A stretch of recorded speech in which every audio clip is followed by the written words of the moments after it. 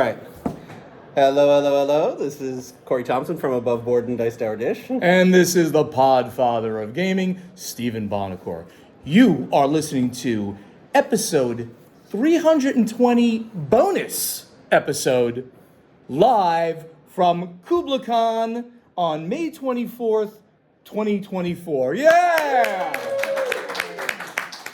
Oh, James. We got some friendly and unfriendly faces here in the audience with us. But let me finish the intro. Board Games Insider is proud to be powered by Board Game Geek. Yeah. And if you guys don't know, every week the two of our ugly mugs are like splashed right there on Board Game Geek on the front page these days, which is kind of very, very nice that It's we're part very of that. nice of them and very unnice to everybody else. Yes, to see us with Ignacy. So, Yes. And for those who don't know, we do usually, well, sometimes at least have a third co-host, Ignacy Chevicek, who's the president and owner of Portal Games out in Poland, who's an amazing guy, obviously a very knowledgeable guy, but he's very busy. So he often can't be part of our show these days. I can't believe he didn't take the time to fly to San Francisco from Poland. He should have done that. He should have. I would have. So at this point, we normally talk about what we're doing, but what are we doing, Corey? We're here live at KUBLA CON. Hello, everybody, new people coming in. Come join us.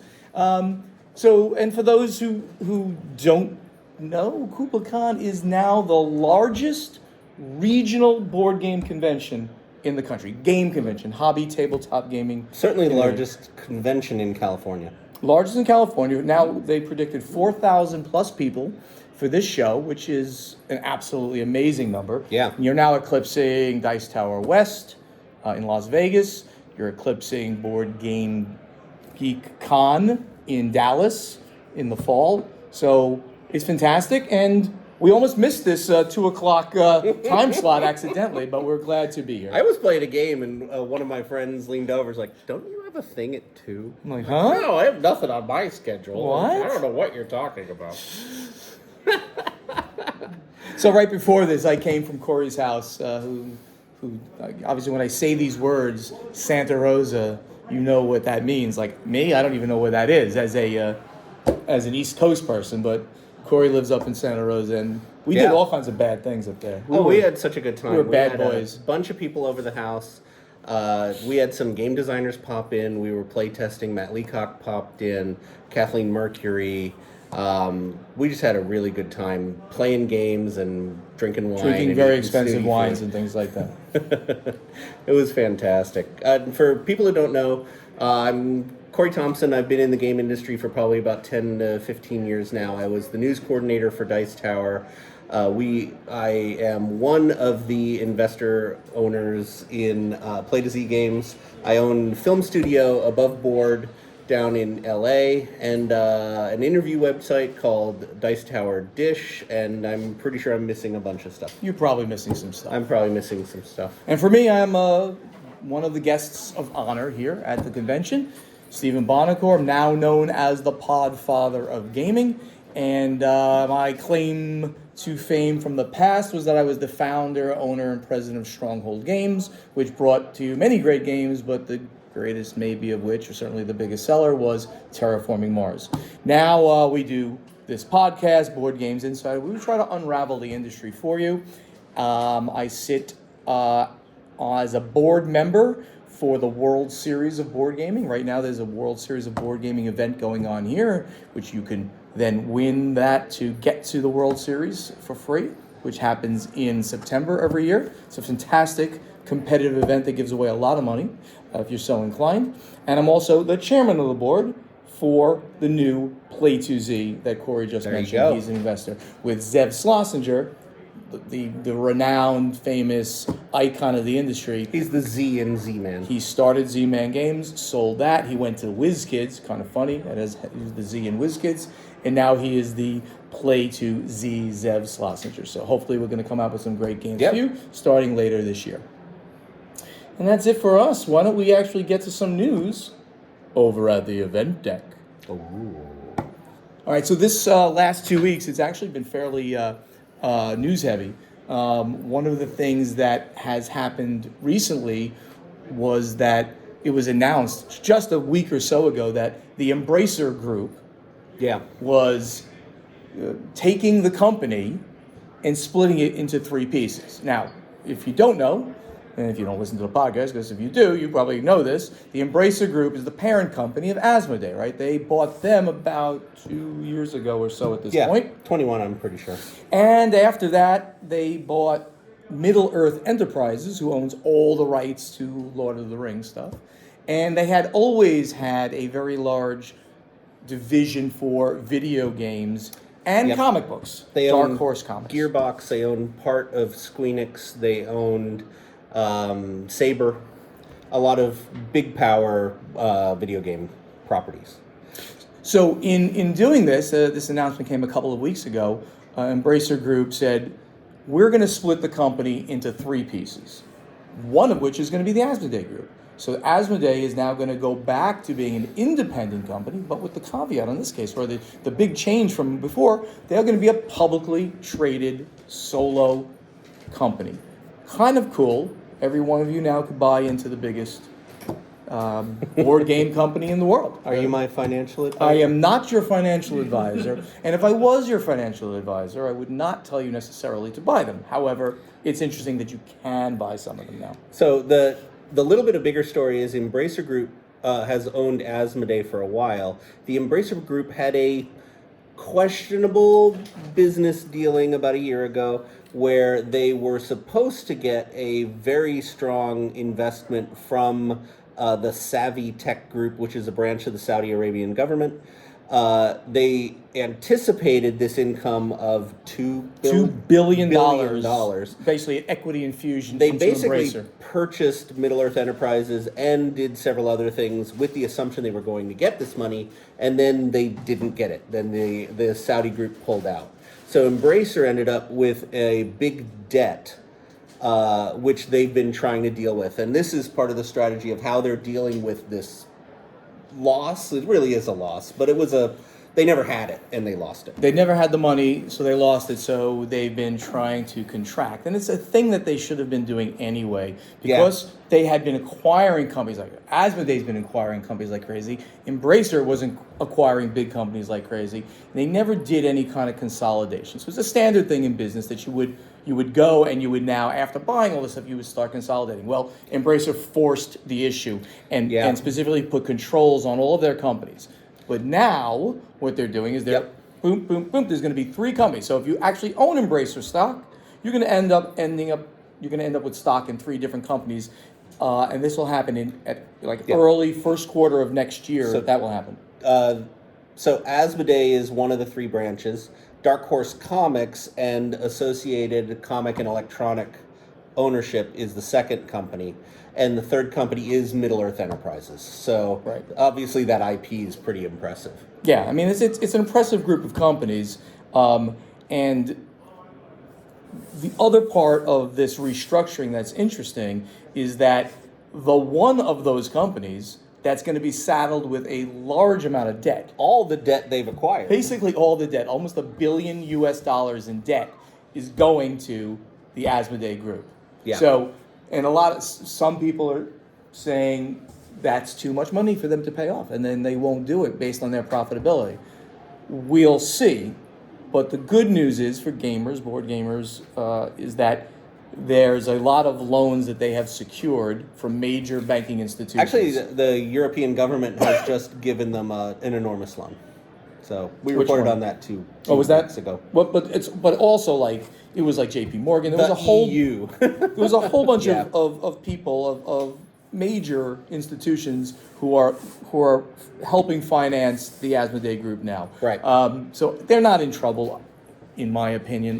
They were given the debt because the general consensus is of the three companies, Asmodee is the one that can handle that debt load. They're very profitable. So this week's news is that Embracer has written down the value from Asmodee and Dark Horse. Basically, they are reevaluating what the value of these companies are.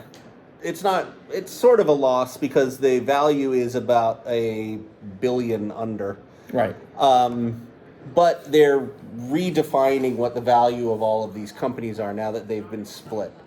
And during that evaluation, they found Asmodee is actually doing very well. Asmodee is up in revenue, even though they've just been devalued because of the debt they're Yeah. holding. And again, from a business perspective, one of the reasons you do that is you want to get all the bad news out at once and then write good news going forward. So they write down what is normally called goodwill on your books, and goodwill is accumulated as you kind of overpay for certain things, or you'll write down like inventory, like you have a whole bunch of inventory that's not selling it, and it's all valued at like $10 a unit. I can't sell this stuff. I'll value it at either $1 a unit, $0, whatever you can clear it out as. So none of this is necessarily bad. It's just a restructuring of the biggest company in the industry. And we can also say that internally, they're still, the three branches are still acting like they're one company and working very well together. Yeah. So there has been and will likely continue to be a lot of Lord of the Rings properties done by Asmodee. They're still, all of the divisions are still very happily working with each other. Yeah, that's actually a good point. The Asmodee, that's the one that we really care the most about, right? Has always had a good relationship with the former Middle Earth Enterprises that was just out there. Always would get the licenses they needed. Then they were together. Obviously, it's a very close because it's the same company. Yeah. Now, even though they're splitting, they still maintain the relationship. So it's all going to work. Asmodee made a division within itself called Office Dog, and the goal of Office Dog was to pair IPs owned by the Embracer Group with designers within the industry. And we're friends with several of the people at Office Dog. They're still doing great. So they still have these great relationships. They're not worried about the split, which is nice to hear. So all of this is fairly substantial news within hobby gaming, and I think it's going to continue to be something to look at over the next year. Why don't we talk about one of these guys? Yeah, the one that I found really interesting is that there is a new edition of Talisman, which has again switched publishers. Talisman, historically, it's one of the founding games within our industry. It's been the gateway game for many, many, many people in the industry. Talisman originally published in 1983 from Games Workshop. It then went through Fantasy Flight editions. Recently, it was given or sold to Pegasus Spiel, and now Hasbro has Talisman. So Hasbro is going to be publishing the new 5th edition of Talisman through Avalon Hill, and it looks really good, honestly. They've got new art, they've got new structure, they're working on gameplay length, which has always been the complaint point. So Hasbro's got Talisman. Hasbro's got Talisman. I remember playing it fondly, or maybe not so fondly. I loved it when I was new in the industry. In the 80s, I loved Talisman. I find it, back in the day, it was kind of a little bit painful because my friends would play with every expansion. It would be the size of this room, which board is after awesome. board. It was terrible. It was great. Play one game, it's very good. You're wrong. It was great. It was great. The other big one in the news is that the website Dicebreaker, which was one of the leading news outlets for the industry, has now been purchased by the IGN network, which is one of the biggest video game media groups. So I think that's really good for Dicebreaker. It seems like they were up in the market and having a little bit of issue, but now IGN is going to be a really good backbone for them. Yeah, Dicebreaker is one of the news sources that we scrape to come up with some of the news that we have, and they've always done very good. Them focusing on a lot of the tabletop stuff will bring that stuff over to IGN, which is an even bigger network. So that's pretty good all around. All right, so I think that's news. Let's get over to strategy and tactics. All right, so in strategy and tactics segment, what we always do is we go on to our guild on Board Game Geek, and hopefully some of you guys will join the guild. If you're listeners already, or if you're not, you join the guild. Excuse me, and you post questions there, and then we scrape them and we take the questions on the show. However, since we have a live audience, maybe they're a little... Live questions are live? always a bad idea. Are they? Let me take... It's a terrible idea. Is that live? Yay! Excellent. All right. It'd be silly just to flip the camera. You can't do that in real time on this dumb iPad. Okay. That would have been an easy way to do it. But anyway, so let me just open up the floor.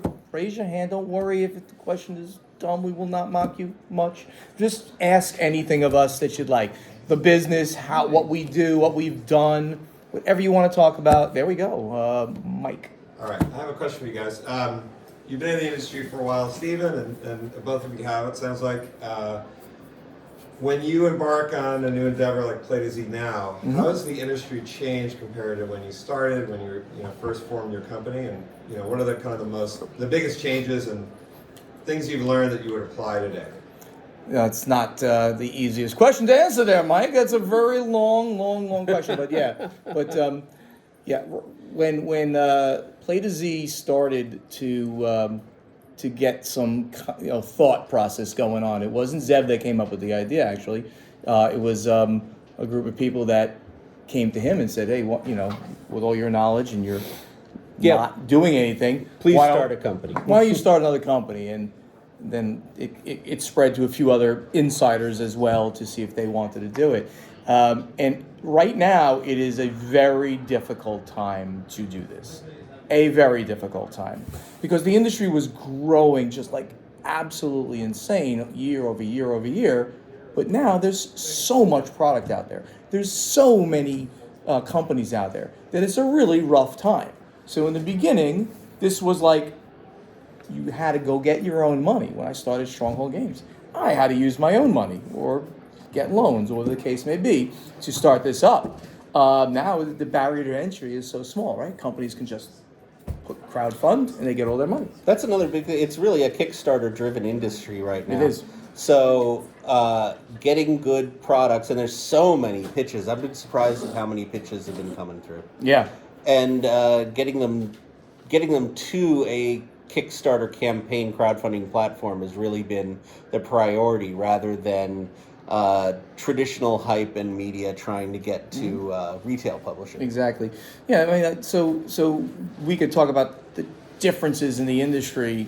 In fact, it's gone through several stages. So Zev, we keep talking about Zev, the president of Playtesting. When he started Z-Man Games in like 1999, there was like nobody in North America doing this.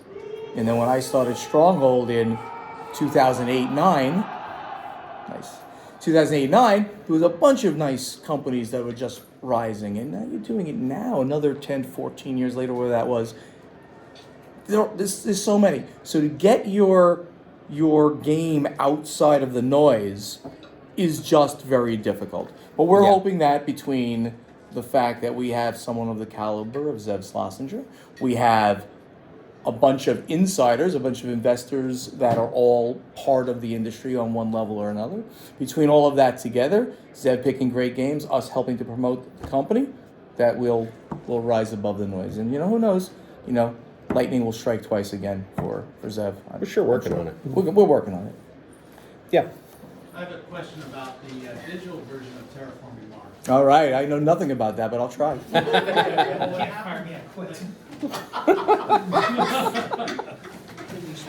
that happens is when you launch the game, there's 4 companies that come up, and I'm wondering if those companies are all part of this Embracer group. Like, have they integrated to this point that they're also 4 logos come up? like Twin Sales, Lucky Hammer, Artifacts, and Bricks Games? Okay. All kinds of, So- I'm wondering, are those part of the Embracer? Will we be able to hear that question, or I'll repeat it? I'll repeat the question. So the question is, when you launch the digital version of Terraforming Mars, there's 4 different logos that come up. So you remembered each one. So Fricks Games are the designers of the board game. Jacob Frixelius and the brothers Frixelius and sisters. There's 16 kids in the family. Yes. Yeah. Yes. They're all in the company. And not all, but a lot of them They're are. all but one in the company. So that's who they are. They started the whole thing, and I licensed the game. Twin Sales is the digital company Twin Sales is the developer, right, of the game itself, right? of the digital side. Right, of the digital. Right. Yeah, we're talking about now. Twin Sales University and Associated Publishing. And what was the other two logos? Lucky Hammer and Artifacts. And I don't know either of those companies. They did portions of that program, and I don't know who. I have to assume they're on the digital side. Yeah, it's all digital companies that contributed into this, I would assume. Sorry, I can't be more. But literally, when you do a digital game, often someone comes to you and says, we could do this, and it was Asmodee, the Asmodee group in general, they have a digital arm, so one of them is the Asmodee group. They came to Fricks, or to me, and then I directed them over to Fricks to get this thing going. And then you pray that the thing is going to work out well. But if you're working with a good known digital company, it's going to be good. And I think the implementation of Terraforming Mars is fantastic. I think it is. Yeah, we're getting thumbs up out there. All right. That's great. Ask a question. Any question. Yes, sir. What's the first board game each of you played, and how did you like it? Ever? Yes. Ever? The first board game you've ever played. So like when I was... When you were 3 years old or whatever. I've always been playing games. Yeah, I mean, I literally could not remember that answer, but I remember playing a lot of the Milton Bradley stuff back then. You know, And like, what was your favorite when you were young? remember Voice of the Mummy? No. It had a... Yeah. It had like a... you had a race to the top. Like, it was like levels, and you had to get up to the top of this thing, and at the top there was like a sarcophagus, I think, sort of. Big plastic thing. And inside of this thing was a record player. Like, literally, like, the record was like this big. I'm so old that I remember not only pretty that, old. but I remember that on the boxes of cereal, You could buy. Yeah, you could cut out a record and play it on your record player. Yes, I'm that That old. magazine came with records. Right. So in this game, like, you would do things, and you land on certain things, you'd push a button, and it would talk to you. Take 3 joules if your age is an even number. Like what does that matter for the game if your age is take 3 joules? So like dumb things like that would happen. But I remember playing it very fondly because it was very fun to interact with a technology piece when I was like 8, 7 That's years pretty old. cool. That was one. King Oil was a game that I loved. King Oil Yeah, that I probably had remember that. the rod that went through the board. Yes. And you'd lined up the holes just you, right. You flip the platters, Yeah. and you would just like randomize it, and then you would take your gush. You have to buy them, and you put it. If it went all the way in, that means it was a You hit oil. No, went all the way down, then you lost it. You have to just cap the hole. But it could stand up like 1 space, 2 space, or 3 spaces a gusher, and you get a lot of money for that. So I remember that one. That was had Yeah. a little strategy to it. My parents played Rummy Cube and Aggravation, which I remember. But then I really got into D&D when D&D came out in the 70s. And I wanted a board game that was D&D oriented. So I remember with a lot of fondness when Dungeon by TSR came out. I remember Dark Tower, and there was a raging debate because that Christmas, kids either got Dark Tower or the Dungeons and Dragons electronic board game. They came out at the same time. I got the electronic Dungeons and Dragons, so I lost that fight really badly. It was terrible. It was awful. You get But the one with the squares? oh, it was so bad. Where you love that move the game. dragon. I there like were that game invisible too. I remember that walls. game. Find the walls? No, Yeah. no. I love that game. I actually like that one too. And that kind of led me into looking for the hobby market. So I ended up getting a lot of 3M games. I fondly remember the big box Avalon Hill games, like Freedom in the Galaxy was one of my favorites, was this massive, blatant ripoff of Star Wars. And like every character from Star Wars was in there with this is a giant dog guy named Woof Woof or something. Like it was such a ripoff, but it was a great game. And Wabbit Wampage came out in 1982. That was an Really? amazing game. Wabbit Wampage. It was Looney Tunes the board game. But it really was it with the IP on it? No, They it would ripped not off. be called Wabbit's Wampage. It was a ripoff. And there was a sequel. Does anyone remember the name of the sequel? Wabbit's Revenge. Yes, 1984. I do not remember this. That was a stuff. great game. No, that was Wow. kind of my dive into the hobby side of the market. So, We need more questions. We have to fill time. Yes, back there.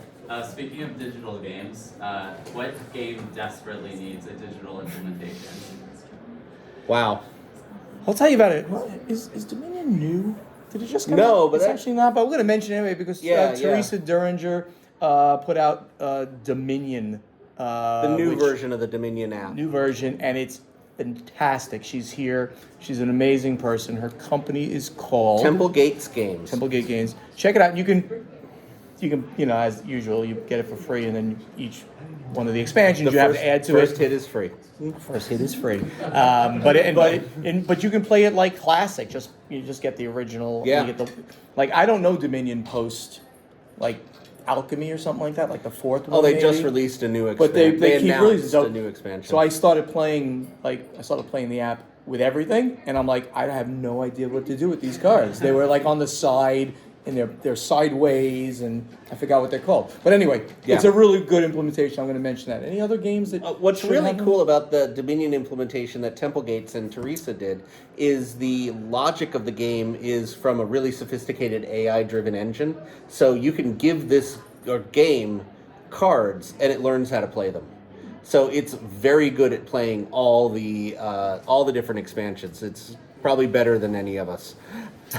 It's a little humbling, but that's a really good one. A game that needs I'm trying to think. a lot of the roll and writes, I think, benefit greatly off of having a digital implementation. But they don't all have them, right? They don't all have them.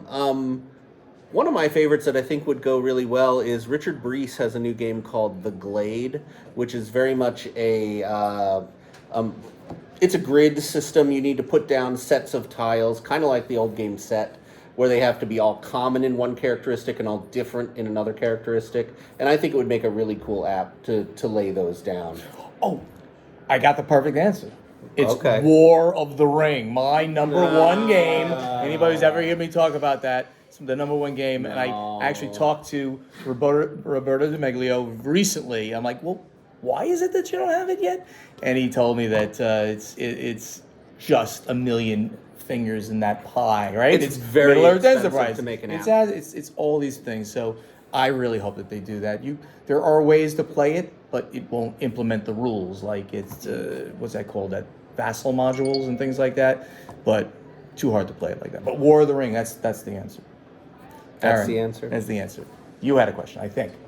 You forgot your question. We'll come back to Totally it. forgot. You forgot it. Right back. James, thanks for coming, James. Good seeing you. Well, for today's industry, we have thousands of titles competing for our attention, right? What in 2024 are you finding most compelling, interesting, exciting in terms of mechanics, theming, anything? So you're like a professional, White House question I feel like interview, where we I can should see ask- that was like a very professional way of doing it. Mr. Surly from the Post. Yes,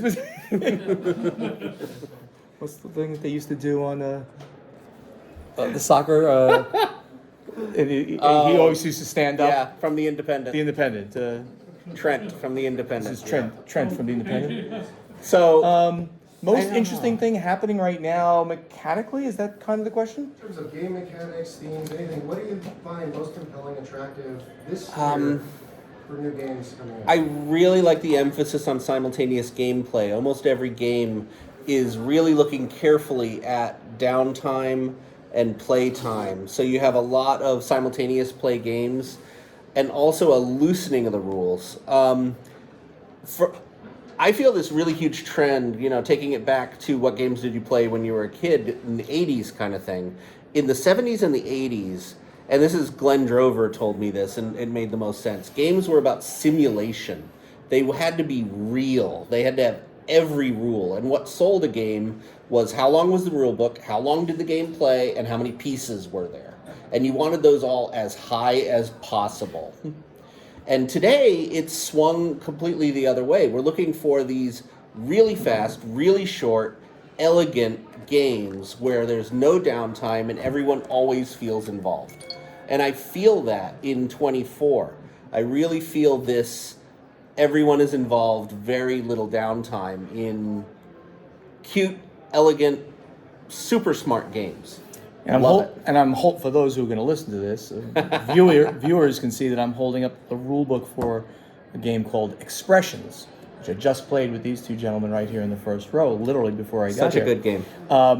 This game, and we've talked about this on the podcast, this game distills into one mechanic what you do in every card game, whether it's competitive or cooperative. If I know what's in your hand, I'm going to beat you. Or if I know what's in your hand, we can cooperate to win.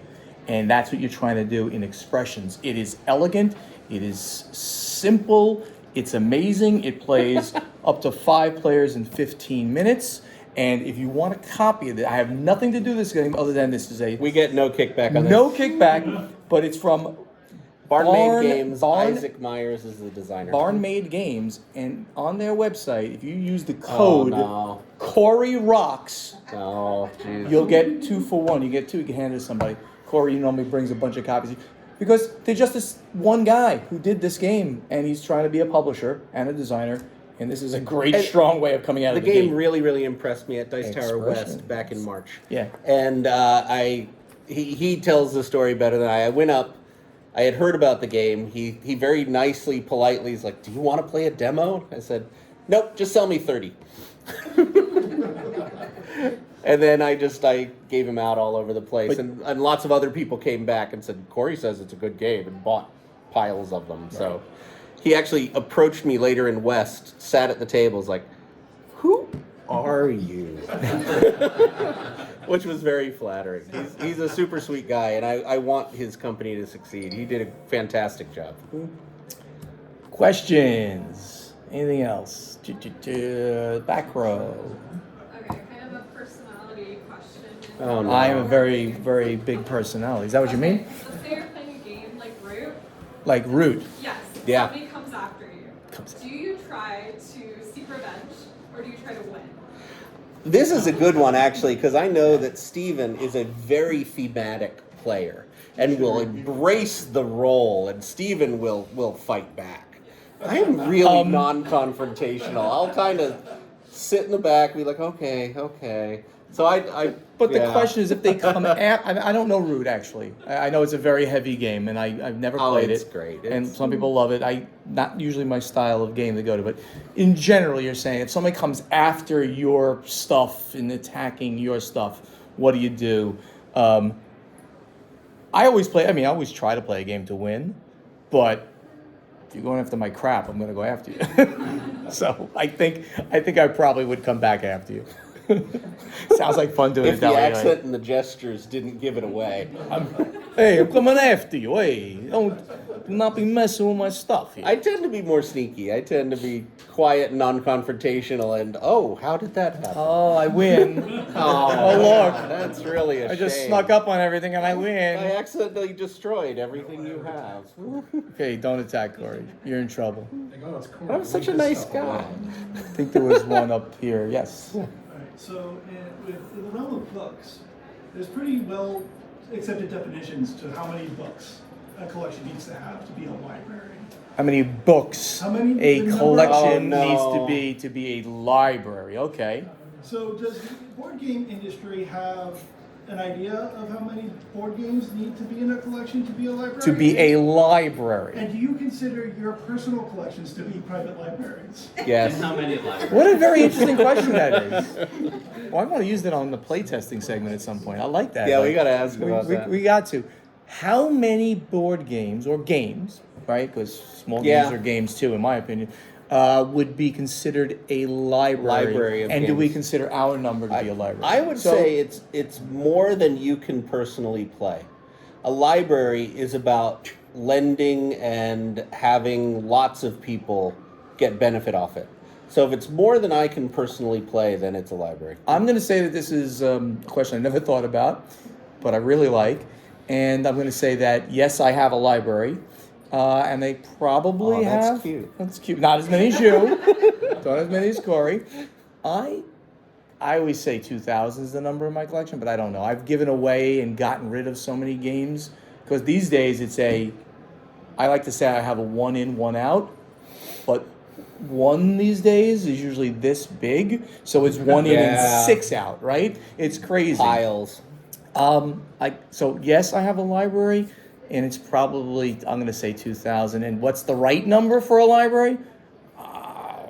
1,000, I guess. I was thinking like 500. Yeah, is I mean, a library of I think that's games. good because you could literally theoretically take those games, put them in a rack or 2 racks or whatever it is, or several racks, and bring them to a convention, Or- right? Bring them to a big game meetup, or Yeah. store them in someone's house, whatever the case may be. I think Yeah, I think Or 500. rolling shelf archival storage like they have at the libraries. That would make it a library, wouldn't it?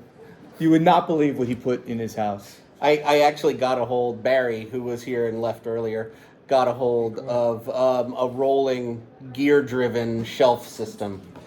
He has that in his Marion house actually now. found it.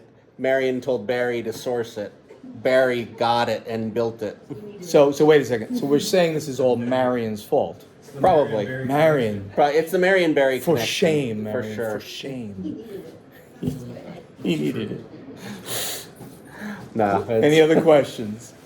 Yes, I saw that one first. Go ahead. Do you guys have a game session where you felt particularly clever that you still think about to this day? A game session. Oh. You like Dominion? I still giggle about playing Station Fall with you, Stephen. Station Fall is phenomenal with the right group. Station Fall, if you don't know, is this insane game. There is a space station, it is crashing to Earth, and in 10 turns it will explode. And there are jillions of characters in the station, of which you secretly control one or two of them. So there might be 30 characters in the station, one of them's mine. Nobody knows. I know which one's mine, he doesn't. So we were playing Station Fall with 10 people, so it was a full thing. 9. Complete insanity. 9, sorry. 9's the max, yeah. And I had the sentry robot, who anytime the sentry robot sees someone with a gun, they will shoot them, and that's great. You get a point. Steven had the monkey, because he's Steven. And the monkey wants to get a gun. And we literally had 4 turns in a row where Steven's monkey would pick up a gun and my sentry would go, oh, there's someone with a gun. Bang. Boom. And then Steven would come back and he'd go, oh, there's a gun. I need a gun. And then my guy would just go, boom. Over and over and over. What's it called? Astro Chimp? Yeah, Astro The Chimp. Astro Chimp. One of his win conditions is have a gun, have a The gun, the have a suitcase, something shiny. suitcase and the artifact or something like that. And yes, he kept saying, no, chimps cannot have guns. Boom. Chimp goes down again. As a veterinarian, I still believe firmly that chimps should not have guns. And I'm just going to point out, Thunder Road Vendetta is such an amazing game. So first we have Station Fall, a game of complete chaos. Thunder Road Vendetta, a game of complete chaos. And that's easy to play.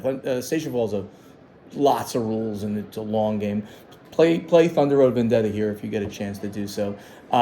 Every time I play that game, it's like I'm telling another story about getting chased down the road. You're playing out, if you don't know, you're playing out like the last scene of The Road Warrior, where you gotta beat the crap out of all the other cars there, and once somebody gets eliminated, you gotta get to the finish line first. So every time, and these amazing stories where somebody got lit on fire, hit a hazard, the hazard turned out to be a ramp, and then they launched themselves off the board for the win. And it was like just insane. And these stories just constantly come up every time I play that game. You love the storytelling. I love storytelling in board games. It's my favorite thing. That's great. If I don't see any hands, we're gonna get over to playtesting. All right, in this segment, we'll do a little playtesting. Okay, We're gonna talk about both these questions. Fancy here. Fancy. So every week in the playtesting segment, we ask a question of our guild on Board Game Geek, and we've already kind of asked them, but you guys don't know this because, well, even if you listen to the podcast, it didn't come out yet. So a couple of questions. So we always have one that we asked the week before, and then we go on to the guild and we see what they say, and then we have the new one. But we'll talk about both of these because I think they're both cool questions, especially that one. Well, this one we got answers. That one we didn't. I know, but quickly we're going to go through this one first because it's cool. So for currency in a game, right? The money, whatever it is, the money in the game. For currency in a game, do you prefer to play with paper money, cardboard tokens, metal coins, poker chips, or anything else you can think of, right? Paper money, cardboard tokens, metal chips, poker chips. But do you prefer that a game come with one of these over the other? So it's a slightly different thing, right? What do you like to play with? What do you like to get in the new hotness game that you pick up? Anybody want to answer that? I mean, you want us to go first? I mean, yeah, go ahead. Paper money, because it'll. You like paper money to play with. No. You don't like paper money. Okay, I most want- people say I that. want paper money, so I can save money on the price of the game, and you can save money developing it, because I have a set of poker chips at Sure. home that I use. What he said. So you want to see paper money in the game, but you'll then take your poker chips out and play instead. Yeah. Interesting. Okay, that I don't think anybody said. Most people said anything but paper There money. was a lot of hate on paper Hate money. on paper money. Which let me point out the one thing that I always mention is that in all of the 2F Spiele games, that's Friedman Friese's company out in Germany, every one of his games with his currency, they use paper money.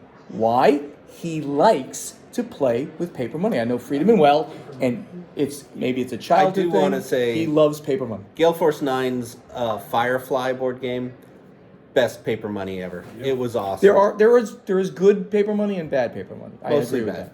Okay, so go It right ahead. depends on the currency. Okay. If it's if you're buying stuff for 1, 3, 5 coins or little tokens are great.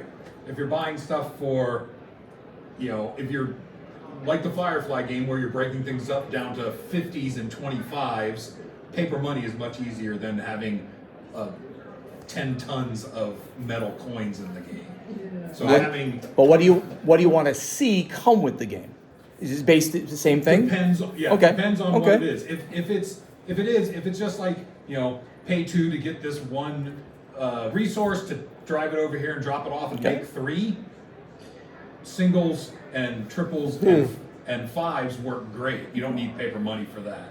But when you're getting into, I need to collect $20,000 and things cost $450, like in Firefly, you need to break that down, and having all those denominations of metal That's true. coins just makes you have a huge pile of metal coins. Okay. So that paper money is better. I still want a pile of 1,000 metal coins. You have a pile of like 10,000 metal coins. At his house, he has a whole table He of the does. metal coins that you can use Yes, in the for any games. game. I love it. Anybody else have any dissenting opinions here? I mean, I guess it depends on the game. Like a Power Grid, you need like a wide variety Yeah, that's of change, but like all the Garfield games, 1s and 5s, that's all you need. Yeah. So metal coins are perfect for that. Yeah, if you only need True. 1s and 5s, then 2 tokens is great. When you need 15 different denominations, a piece of paper is, I think, much better than 15 different types of metal coins. Plus the paper money stacks. Anyone else? I'll just go ahead. Yeah, Go, so Mike. I like the tactile feeling of clay chips or metal Like coins. poker And chips it's also or fun to have metal. a huge pile if you're doing well. With this huge pile of Yeah. metal coins, and people want to see, hey, how much do you have there? And you make it all messy so people can't tell. and if you're going to play a board game underwater on a deck of a ship, poker chips work well. I just want to say, Paper money So- paper money no good.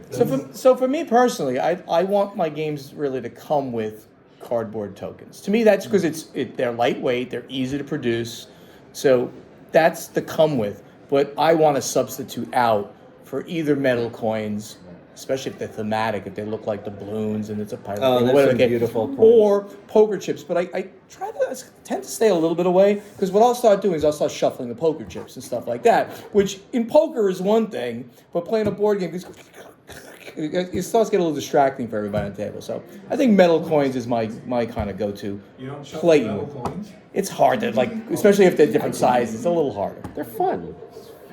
All right, let's get to. Oh, go ahead. Not just on this Go ahead. topic. My tendency whenever there's paper money is I carefully slip a 1 on both sides of my stack. So you, For you- sneakiness. so no one can see what it is. There you go. don't Oh, I want love 50 it, or man. 20 up top.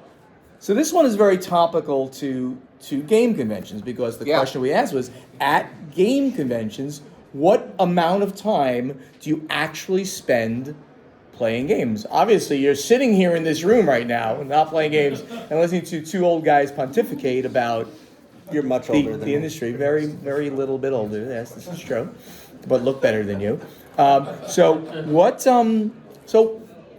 what percentage of the time that you're free, like not eating or something like that, do you actually spend playing a game versus socializing, going out for drinks alone, like we're going to So- do a little later? I think before listening to this, like 99%. 99% playing games. Yeah. You move from game to game to game. Your average is going down. You're just hanging out here. We're killing it right now. We're hurting your average game time. Well, that's interesting. My stats are Anybody else have a? Go ahead. Pre-COVID, I would say 50 to 60%, possibly higher. Now Game playing. now 20%. So what's the why? What's the COVID versus? Is there any I'm not reason? Sure. Since then, I think certainly coming back from COVID, everyone was, "Hey, I haven't seen you in so long. How are you?" Yeah. And so I think we're still kind of recovering from that. So you're into the socialization aspects Yes. of game conventions, Also, which is since great. hang out with a slightly larger group. So breaking up, we play light games that take 5 minutes. We spend 20 minutes figuring out a game, which doesn't count as play. That's right. And So you actually have and we also spend more time socializing because it's a Yeah. larger group. So you actually have friends. That's a really good Yeah, thing to have. believe it or not. The same thing kind of happened to me in early conventions, because I would log my games all the time. And in early conventions, I would get like 45, 50 games in a convention. And it would be nonstop. And now, I mean, I go to conventions for the social aspect, so I'm probably down to 10, 15%. My answer to this is there is an indirect relationship between the size of the convention and the amount of time I spend playing a game. Small convention, and if you think small convention, just almost a game event that somebody does at their church or something like that, maybe you can kind of, 150 people show up, very small convention, to this major regional, to a Gen Con or an Essen or something like that. Tremendous variability. The bigger the convention, the less games I play. Small ones, you show up and just go game, game, game, game. That's all business. Right? And as it gets bigger, I'm meeting my friends from the industry, doing a little more drinking with them and stuff like that. So that's my answer. It's bigger conventions, less gaming. Smaller conventions, 99%. There you go. All right. And that's going to bring us to the final scoring. Thank you so much for listening. Help us spread the word about this podcast by telling your friends to download Board Games Insider wherever they like to get their podcasts, or watch Board Games Insider on the Podfather of Gaming YouTube channel. Do you want to be part of this podcast? You can. Just ask us questions for our strategy and tactics segment by posting them to the correct thread in our guild on Board Game Geek. And also answer our question to you from our playtesting segment by going to our guild on Board Game Geek and looking for the thread with this episode's question. You're better at this than me. You should be I'm doing much it. better at this than you. That's my point. Check out our websites, which are portalgamesus.com, podfathergaming.com, dicetowerdish.com, and playtozgames.com. We are all over social media, so interact with us, please. On Facebook, please like our pages, which are /BoardGamesInsider, /PortalGamesUS, /PodfatherGaming, and /PlayToZGames. You can speak directly to Ignacy, Corey, and, well, even Steven at Twitter or X or whatever we call it nowadays, and Instagram at PortalGamesUS, at PodfatherGaming, at DicetowerDish. And the very active YouTube channels are Portal Games Studio, the Podfather of Gaming, and Above Board TV, by far the best of the three. And on TikTok, he did it. He said on TikTok. That's called hubris. And on TikTok for Ignacy, still dancing, it's Portal Games US. We would really love to see you in person at an upcoming convention in 2024, and this group of people would probably disagree. Woo-hoo! So if you come to one of the ones that we are about, please do find us and let's chat. Really, honestly. Really? We like it. Let's like it. Honest. Yeah. Board Games Insider was professionally edited by Joshua Bowman from Tabletop Submarine Podcast. If you want your podcast edited by Joshua, you can reach him to discuss at tabletopsubmarine@gmail.com. Also, that great voice you hear doing our intro, outro, and in-between segments is that of Ray Greenlee.